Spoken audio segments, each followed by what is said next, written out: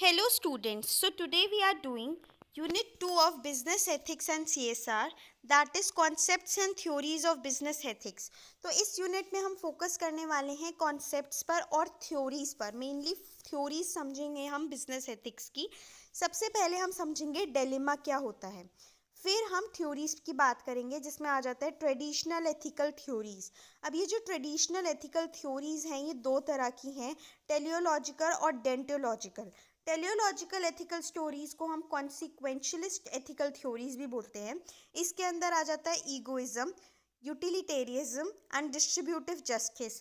फिर deontological ethical system में आता है Kantian idea of the categorical imperative. Contemporary approaches की बात करते हैं ट्रेडिशनल के बाद।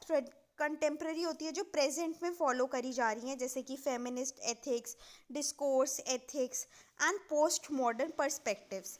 लास्टली हम लिखेंगे लिमिटेशंस ऑफ एग्जिस्टिंग थ्योरीज, कि जो एग्जिस्टिंग थ्योरीज हैं इनकी लिमिटेशंस क्या हैं, इनके डीमेरिट्स क्या हैं।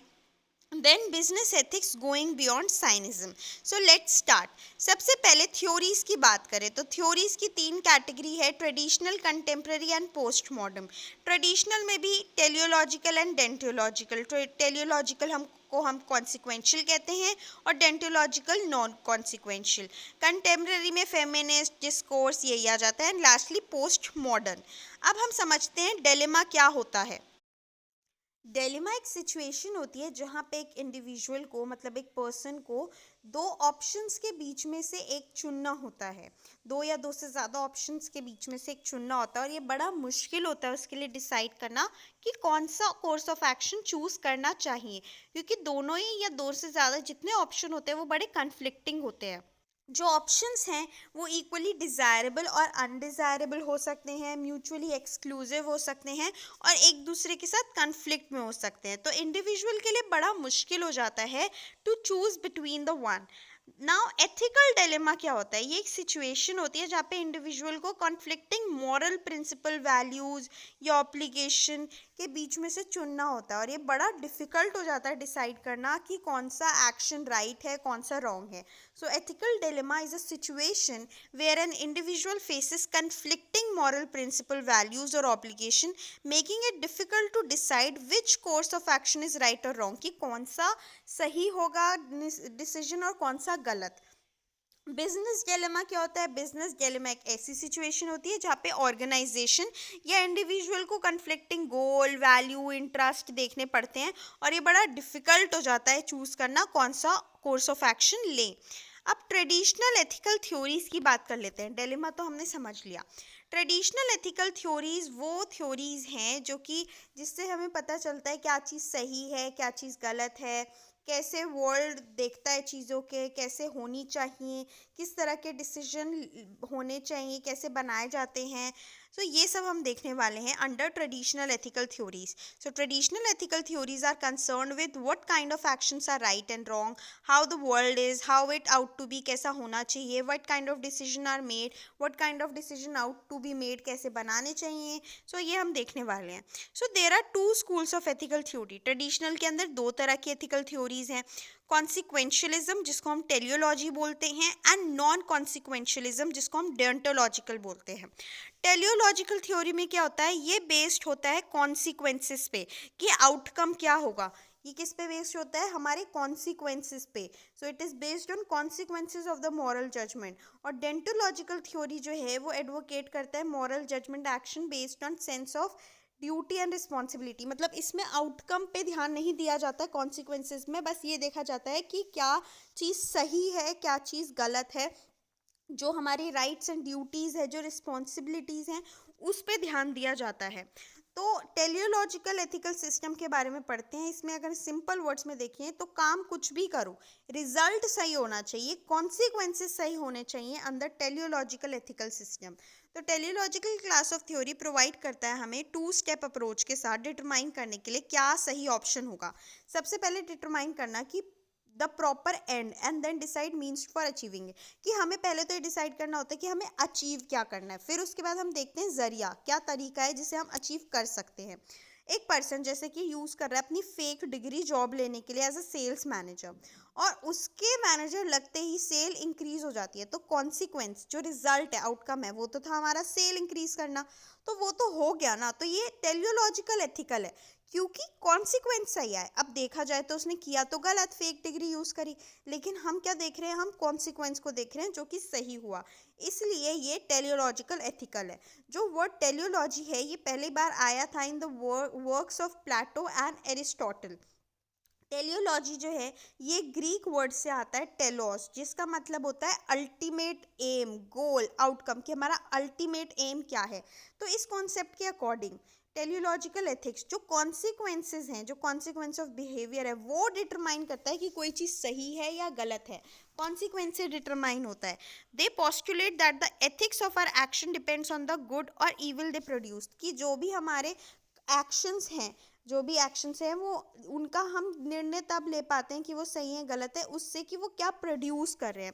Behaviour as good if it yields positive outcome and as bad if it yields negative outcome. तो बिहेवियर अच्छा तब माना जाता है जब अच्छा आउटकम आ रहे हैं, और बुरा तब माना जाता है जब बुरे आउटकम आ रहे हैं, नेगेटिव आउटकम आ रहे हैं। मतलब अगर आप अच्छा भी काम कर रहे हो पर नेगेटिव आउटकम आ रहे हैं, उससे नेगेटिव रिजल्ट आ रहा है, तो वो फिर टेलियोलॉजिकल एथिकल नहीं माना जाएगा। अगर बुरा काम करके भी अच्छा आउटकम आ रहा है then it is teleological ethical. ये पूरा पूरा बेस्ड है आउटकम पे। इट डील्स विथ कॉन्सिक्वेंसेज, ये कॉन्सिक्वेंसेज के साथ डील करता है किसी भी एक्शन के, इसीलिए इसको कॉन्सिक्वेंशियलिज्म भी बोलते हैं। टेलियोलॉजी को हम रेफर करते हैं एज रिजल्ट ओरिएंटेड एथिक्स। ये रिजल्ट पे बेस्ड है, it is result oriented ethics. ये फोकस करता है पर्पस पे ऑफ ईच एक्शन। इसके बाद है डेंटोलॉजिकल एथिकल सिस्टम। ये जो वर्ड है डेंटोलॉजिकल, ये ग्रीक वर्ड से आया है डियोन, जिसका मतलब होता है ड्यूटी। तो डेंटोलॉजिकल रेफर करता है ड्यूटी बेस्ड एथिक्स की, कोई भी हम काम कर रहे हैं तो हमें सही करना चाहिए, ये हमारी ड्यूटी है। तो ये एक अप्रोच है एथिक्स की जिसके अंदर एड्रेस किया जाता है कि whether the motive behind certain action are right और wrong, instead of focusing on whether the result. हम इसमें रिजल्ट्स पे फोकस नहीं करते, हम ये देखते हैं क्या चीज़ सही है क्या चीज़ गलत है, शुरुआत में ही हम अपने एक्शंस को शुरुआत में ही देखते हैं। So it is an approach to ethics that address whether the motives behind certain action are right और wrong, instead of focusing on whether the result पे फोकस नहीं करते, एक्शंस पे फोकस करते हैं, हमारे एक्शंस सही होने चाहिए। सो डेंटोलॉजिकल एथिक्स जो है वो ज़्यादा एम्फेसिस डालता है राइटनेस और रॉन्गनेस ऑफ एक्शंस की, जो हम काम कर रहे हैं एक्शंस हैं वो कितने सही या गलत हैं, रैदर देन कि उनके इफेक्ट्स क्या हैं। तो डेंटोलॉजिकल के अंदर है Kantian idea of categorical imperative. So Immanuel Kant जो कि एक फिलोसोफर थे, वो ये बिलीव करते थे कि मॉरल बिहेवियर जो होना चाहिए हमारा वो यूनिवर्सल वैल्यूज़ पे बेस्ड होना चाहिए, रूल्स पे। जैसे कि हमें चोरी नहीं करनी चाहिए, झूठ नहीं बोलना चाहिए, चीटिंग नहीं करनी चाहिए। तो ये डेंटोलॉजी में आ जाता है जो कि ओवरऑल यूनिवर्सली फॉलो किया जाता है। डेंटोलॉजी जो है इसीलिए उन लोगों पे अपहोल्ड करता है जो कि लॉज और ड्यूटीज को फॉलो करते हैं। So deontology therefore calls on people to uphold the law and carry out their duties, do not change to fit different situation. हमें अपने लॉज और ड्यूटीज को चेंज नहीं करना होता सिचुएशन के हिसाब से, रैदर हमें सही टाइम पे सही जगह वही रूल्स अप्लाई करने होते हैं। सही मतलब सभी जगहों पे सभी टाइम पे हमें अपने रूल्स ड्यूटीज अप्लाई करने होते हैं। ये कॉन्सिक्वेंसेस के बारे में नहीं है डेंटोलॉजिकल, ये है मॉरल रूल्स और ड्यूटीज के बारे में कि हमारे एक्शन सही होने चाहिए। अब इसी में कैटेगोरियल इम्पेरेटिव का क्या काम है कि कैंट ये फॉर्मुलेट करते हैं कि कैटेगोरियल इम्पेरेटिव दो तरह की हैं, दो मेन फॉर्मुलेशंस हैं। यूनिवर्सल लॉ फॉर्मुलेशन मतलब only act in ways that you could want everyone else to act in similar way. इस तरीके से तुम्हारे एक्शन होने चाहिए कि तुम भी ऐसा चाहो कि दूसरे भी ऐसा ही करें। ये यूनिवर्सल रूल है कि ask yourself would I want everyone to do this. तुम ऐसे काम करो कि ऐसा ना हो कि तुम दूसरों को से ना चाहो वो काम करें, ऐसा काम करो कि दूसरों से भी तुम चाहो कि वो भी ऐसा ही काम करें। So would I want everyone to do this, क्या मैं चाहती हूँ बाकी लोग भी ऐसा काम करें तो हमें ऐसा ही काम करना चाहिए। दूसरा है kingdoms of end formulation, treat people as end in themselves not just as tools for achieving your old games goals. तो लोगों को हमें मेन इंसान देखना चाहिए, ये नहीं कि हमें कुछ अपने गोल्स अचीव कर रहे हैं तो वो एक जरिया है, हम उन्हें ऐसा ट्रीट करेंगे।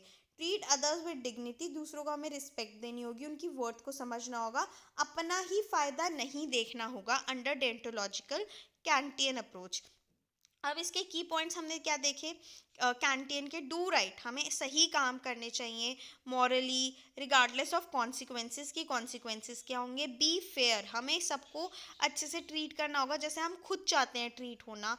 रिस्पेक्ट ऑल, सबको हमें रिस्पेक्ट करनी है, लोगों को हमें वैल्यूएबल देखना है एंड ये नहीं देखना कि हमारे फ़ायदे के लिए ये एक बस जरिया है। एग्जाम्पल्स अगर हम देखें, लाइंग, वुड आई वॉन्ट, अगर आप झूठ बोल रहे हो तो क्या आप चाहते हो बाकी लोग भी झूठ बोले? नहीं ना, तो इसीलिए हमें झूठ नहीं बोलना चाहिए। हेल्पिंग, क्या आप चाहते हो दूसरे आपकी हेल्प करें? यस, तो इसलिए तुम भी हेल्प करो। स्टीलिंग, क्या आप चाहते हो बाकी लोग स्टील करें? नहीं, तो आप भी स्टील मत करो। ये है डेंटोलॉजिकल के अंदर। अब ये तो डेंटोलॉजिकल की बात हो गई, इससे पहले हमने देखा था टेलियोलॉजिकल। टेलियोलॉजिकल के अंदर कुछ एस्पेक्ट्स थे जैसे ईगोइज्म। ईगोइज्म एक थ्योरी है एथिक्स के अंदर जो ये सजेस्ट करता है कि जो फाउंडेशन होता है मॉरल बिहेवियर का वो सेल्फ इंटरेस्ट में लाई करता है इंडिविजुअल का, कि मेरा क्या फ़ायदा हो रहा है। इसके अकॉर्डिंग, ईगोइज्म के अकॉर्डिंग, एक एक्ट मॉरल तब है जब इससे आपका फ़ायदा हो रहा हो, आपका लॉन्ग टर्म इंटरेस्ट के ध्यान दिया जा रहा हो। So according to this, act is moral if it promote your best long term interest. इसमें रेफर किया जाता है कि ह्यूमन बींग्स को इस तरीके से एक्ट करना चाहिए जिससे कि उनका खुद के इंटरेस्ट और डिज़ायर्स पूरे हों। It refers that human being should act in their own desires and interest. इसके फीचर्स अगर हम देखें ईगोइज्म के, तो सेल्फ सेंटर, इसमें इंडिविजुअल के इंटरेस्ट पे फोकस किया जाता है। ये टेलियोलॉजिकल है क्योंकि ये कॉन्सिक्वेंसेस पे बेस्ड है। मॉरल एब्सोल्यूटिज्म, मतलब सर्टेन एक्शंस जो होते हैं वो का हमेशा सही या हमेशा गलत होते हैं। अब यूटिलिटेरिज्म देखते हैं, तो ये दिया है जेरेमी बेंथम ने एंड जॉन स्टुअर्ट ने। ये बेस्ड है अपॉन ग्रेटेस्ट हैप्पीनेस प्रिंसिपल। यूटिलिटेरिज्म किस पे बेस्ड है? ग्रेटेस्ट हैप्पीनेस प्रिंसिपल पे। इस थ्योरी के अकॉर्डिंग हमारे एक्शन तब सही होते हैं जब ये मेजॉरिटी लोगों के लिए फ़ायदेमंद हो, उनके लिए यूज़फुल हो। Action are right if they are useful to majority of people. जब ज़्यादा लोगों को हमारे एक्शंस की वजह से फ़ायदा मिल रहा हो तो हमारे वो एक्शन सही हैं। यूटिलिटेरिज्म रेफर करता है एक एक्शन जो कि सही है अगर रिजल्ट्स जो हैं उसके वो सेटिस्फाई कर रहे हैं मैक्सिमम लोगों को। यूटिलिटेरिज्म refers to an action which is good if it results in satisfaction of maximum number of people। तो इसके अंदर इंक्लूड होता है maximising the pleasure, minimising the pain, कि हम खुशियाँ बढ़ा रहे हैं, पेन को कम कर रहे हैं, खुशियाँ प्लेजर बढ़ा रहे हैं, सेटिस्फाई कर रहे हैं डिज़ायर्स को। अब यूटिलिटेरिज्म में भी टाइप्स है। एक्ट यूटिलिटेरिज्म, जिसमें इवैल्यूएट किए जाते हैं इंडिविजुअल के action. Rule utilitarianism evaluate moral rules. Total utilitarianism maximise करना total happiness and average utilitarianism maximise करना एवरेज हैप्पीनेस। अब इसके मेरिट्स क्या हैं, मतलब फ़ायदे क्या हैं यूटिलिटेरिज्म के? इसमें प्रमोट होती है ओवरऑल वेलबींग, मतलब सब ज़्यादा लोगों के बारे में सोचा जाता है। So maximise happiness for the greatest number. Practical है, ये यूज़फुल होता है डिसीजन मेकिंग में, स्पेशली पॉलिसी और इकोनॉमीज़ में। इसमें इंकरेज किया जाता है अल्टरिज्म, मतलब प्रायोरिटाइज किया जाता है कलेक्टिवली वेलबींग देखा जाता है ओवर इंडिविजुअल। मतलब ईगोइज्म में तो हमने देखा था अपना फ़ायदा देख रहे थे, लेकिन यूटिलिटेरिज्म में हम क्या कर रहे हैं, कलेक्टिव वेलबींग पे प्रायोरिटाइज कर रहे हैं। इसके यूटिलिटेरिज्म के कुछ डीमेरिट्स भी हैं, जैसे इग्नोर्स इंडिविजुअल राइट्स। इसमें कलेक्टिव को प्रायोरिटाइज करा जाता है, इसलिए इंडिविजुअल इंटरेस्ट को इग्नोर कर दिया जाता है।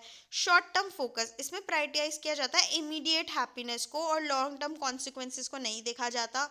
ओवरलुक नॉन यूटिलिटेरिज्म वैल्यूज, जो नॉन यूटिलिटेरियन वैल्यूज है उन पर ध्यान नहीं दिया जाता, जैसे इग्नोर किया जाता है जस्टिस, इक्वालिटी एंड फ्रीडम।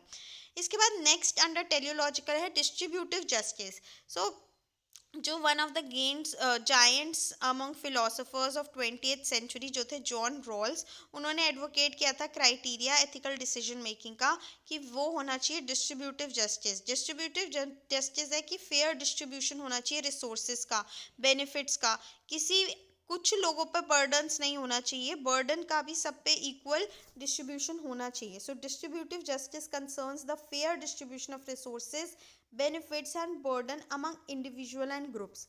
अब इसके क्या की प्रिंसिपल है? सबसे पहले है फेयरनेस, ये इंश्योर करना कि सबका इक्वल ट्रीटमेंट हो, सबको इक्वल अपॉर्चुनिटी मिले। इक्वालिटी, डिस्ट्रीब्यूट करे जाए रिसोर्सेज बेस्ड ऑन नीड, किसको कितनी ज़रूरत है। Equality and merit. Need, prioritise करना है हमें बेसिक नीड्स को over luxury desire. Luxury desire को हमें बाद में देखना है, पहले हमें प्रायोरिटाइज करना है बेसिक नीड्स को। देन मेरिट, रिवॉर्ड करना इंडिविजुअल एफर्ट्स को एंड अचीवमेंट को। इसके बाद है कंटेम्प्रेरी अप्रोचेस, मतलब प्रेजेंट में क्या अप्रोचेस फॉलो करी जा रही हैं। कंटेम्प्रेरी अप्रोचेस जो होती हैं बिजनेस एथिक्स में, वो आज के टाइम में नई नई हैं। ये थ्योरीज जो हैं ये कॉमनली रेफर नहीं करी जाती बिजनेस एथिक्स में, लेकिन ये थ्योरीज अलग अलग पर्सपेक्टिव लेके आती हैं एथिकल डिसीजन मेकिंग में। मतलब ये थ्योरीज नहीं कंसीडर करी ज़्यादा जाती बिजनेस एथिक्स में, लेकिन फिर भी इनको करना चाहिए क्योंकि इससे एक एक्साइटिंग पर्सपेक्टिव पता चलते हैं हमें डिसीजन मेकिंग में। सबसे पहले है feminist ethics, then discourse ethics and last post modern ethics. Feminist ethics जो है इसमें इसके अंदर फोकस किया जाता है एम्पथी, केयरिंग, अवॉइड करना हार्म। विमेंस एथिकल पर्सपेक्टिव को प्रायोरिटाइज किया जाता है, केयर, रिलेशनशिप, इन पर ध्यान दिया जाता है। कॉरपोरेशन, म्यूचुअल रिस्पेक्ट, कंपैशन, इन पे एम्फेसाइज किया जाता है। And challenges traditional male dominated ethical theories. जो फेमिनिस्ट एथिक्स हैं इसके अंदर जो traditional male dominated ethical theories रही हैं उनको चैलेंज किया जाता है। की पॉइंट्स क्या हैं इसके? Ethics of care, empathy and compassion, cooperation and mutual respect. इसके बाद है डिस्कोर्स एथिक्स। इसके अंदर क्या होता है, जितने भी स्टेक होल्डर्स हैं, मतलब जितने भी पार्टीज, जितने भी लोग इंटरेस्टेड हैं बिजनेस में, उनको इन्वॉल्व किया जाता है डिसीजन मेकिंग में। इसके अंदर नॉर्म्स बनाए जाते हैं case by case, not based on fix rules, की रूल्स पे बेस्ड नहीं होते, नॉर्म्स केस के हिसाब से बनाए जाते हैं। इसके अंदर इनकरेज किया जाता है पीसफुल डिस्प्यूट रेजोल्यूशन, की अगर कोई डिस्प्यूट लड़ाई है भी तो उसको पीसफुली सुलझाना। इसके अंदर कंसीडर करी जाती हैं social and legal obligation. Key points देखें तो stakeholder engagement, norm generation, peaceful conflict resolution, social responsibility. Lastly post modern ethics. Post modernism जो है वो यूनिवर्सल नहीं है या अनचेंजिंग प्रिंसिपल पे बेस्ड नहीं है। इसके अकॉर्डिंग, पोस्ट मॉडर्निस्ट थिंकर्स के अकॉर्डिंग सारी चीज़ें रिलेटिव है। इसके अंदर एम्फसाइज किया जाता है इंडिविजुअल पर्सपेक्टिव्स पर और एक्सपीरियंसेस पर। मोरालिटी जो है वो रिलेटिव और पर्सनल है। इसके अंदर इनकरेज किया जाता है कि जो आपके इनर कन्विंशंस है, जो गट फीलिंग है, उसको फॉलो किया जाए पोस्ट मॉडर्न एथिक्स के अंदर। सो इसके अंदर बात करी जा रही है रिलेटिविज्म की, पर्सनल मोरालिटी की, इनर कन्विंशंस की, और चैलेंज किया जा रहा है ट्रेडिशनल नॉर्म्स को। ये जो कंटेम्प्रेरी अप्रोच है ये एक फ्रेश पर्सपेक्टिव लेके आती हैं एथिकल डिसीजन मेकिंग के अंदर, बिजनेस के अंदर। Now limitation of existing theories of ethics. हमने इतनी सारी थ्योरीज देखी, इनकी कुछ लिमिटेशंस भी हैं। सबसे पहले तो they fail to reflect the complex business situation in areas of decision making like business negotiation, gift exchanges, romance in the workplace. अब ये जितनी भी थ्योरीज हैं इनके अंदर जो कॉम्प्लेक्स बिजनेस सिचुएशंस होते हैं डिसीजन मेकिंग को लेके, उनके ऊपर ध्यान नहीं दिया गया। जैसे कि business negotiation, gift exchanges, romance in work place, इनके ऊपर ध्यान नहीं दिया गया, इनके डिसीजन मेकिंग के ऊपर लेके कुछ नहीं है। देन जो कैंटियन डेंटोलॉजी है, यूटिलिटेरियज्म है एंड शेयर होल्डर थ्योरी है, ये प्रोवाइड करते हैं मिनिमल गाइडेंस। बिल्कुल इसमें से कोई भी थ्योरी ऐसी नहीं है जो रेडीमेड है, जिसके पास रेडीमेड आंसर्स हों जो कि बिजनेस की प्रॉब्लम्स को सॉल्व कर दे। जैसे जेंडर बाइजनेस वर्क प्लेस में है, इंडस्ट्री स्पेसिफिक एथिकल डिसीजन, तो ये ऐसी थ्योरीज हैं आपके पास। इन ये थ्योरीज अच्छी तो हैं पर इससे रेडीमेड आंसर्स नहीं मिल पाएंगे जिससे आप प्रॉब्लम सॉल्व कर पाए। Human beings have the finite human capacity. Human beings के पास लिमिटेड ह्यूमन कैपेसिटी है। Ethical theories have limited capacity and capture moral truth. Economic system are dynamic. हमारा इकोनॉमिक सिस्टम डायनेमिक है, बदलता रहता है, इसके अंदर कोई फिक्स रूल्स एंड रेगुलेशन नहीं है, इसीलिए ये थ्योरीज ज़्यादा फायदेमंद नहीं है। Business ethics going beyond cynicism. Cynicism towards business ethics is a common sentiment among individuals who have witnessed unethical practices in the corporate world. साइनिसिज्म का मतलब होता है मिसट्रस्ट। जिन लोगों ने बिजनेस के अंदर अनएथिकल प्रैक्टिसेस देखी हैं कॉर्पोरेट वर्ल्ड में, तो उनका क्या होता है, उनका एक नेगेटिव पर्सपेक्टिव, मिसट्रस्ट होता है बिजनेस एथिक्स को लेके। Embracing business ethics is crucial. हम बिजनेस एथिक्स को एम्ब्रेस करना बड़ा ज़रूरी है ताकि एक फेयर और रिस्पॉन्सिबल बिजनेस इन्वायरमेंट बने। Going beyond cynicism, taking action, leading by example. Business leaders को खुद डिमॉन्स्ट्रेट करने चाहिए एथिकल बिहेवियर। अगर वो खुद करेंगे तभी तो वो दूसरों के ऊपर भी इंप्रेशन डालेंगे, तो उन्हें खुद प्रैक्टिस करना चाहिए एथिकल बिहेवियर एंड इंटीग्रिटी अपने एक्शन में, ताकि वो एक पॉजिटिव एथिकल एग्जाम्पल सेट कर सके। रीडर इंस्पायर करते हैं बाकियों को ऑर्गेनाइजेशन के अंदर कि वो भी एथिकल स्टैंडर्ड्स रखें और फॉस्टर करें एक कल्चर इंटीग्रिटी का। Ethnic training and education. जो भी एम्प्लॉयज़ हैं, जो भी स्टूडेंट्स हैं, उन्हें प्रोवाइड करनी चाहिए एथिकल ट्रेनिंग, एजुकेशन प्रोग्राम, ताकि एम्प्लॉयज़ जो हैं वो समझ सकें कि एथिकल डिसीजन मेकिंग की कितनी इंपॉर्टेंस है और कितनी ज़रूरी है ये स्किल एथिकल डिलेमास के सीन में। Then stakeholder engagement, consider करना इंटरेस्ट सभी का, सभी के पर्सपेक्टिव को कंसीडर करना, सबकी सुनना। So considering the interest and perspective of all stakeholder contributes a more comprehensive and ethical approach. Transparency and accountability, emphasize करना ट्रांसपेरेंसी पे बिजनेस ऑपरेशंस के अंदर। फाइनेंशियल रिपोर्टिंग डिसीजन मेकिंग से इन्हांस होता है ट्रस्ट स्टेक होल्डर्स का। Benefits क्या हैं इसके? Sustainable long term success and profitabilities, business ethics से क्या होता है? Long term success and profitability होती है, अच्छे से डिसीजंस लिए पाते हैं हम, ब्रांड की रेपुटेशन और ब्रांड इमेज इन्हांस होती है, स्टेक होल्डर्स का भी ट्रस्ट और लॉयल्टी बढ़ती है, देन एथिकल एम्प्लॉयज़ का अट्रैक्शन और रिटेंशन होता है। So this was our unit 2 and it was very important. इसमें हमने थ्योरीज देखी जो कि बहुत ज़्यादा इंपॉर्टेंट है, लिमिटेशंस देखी इन थ्योरीज की। So I hope you like this video. If you like this video, do give it a thumbs up. Subscribe to my channel for more such videos. Thank you for watching.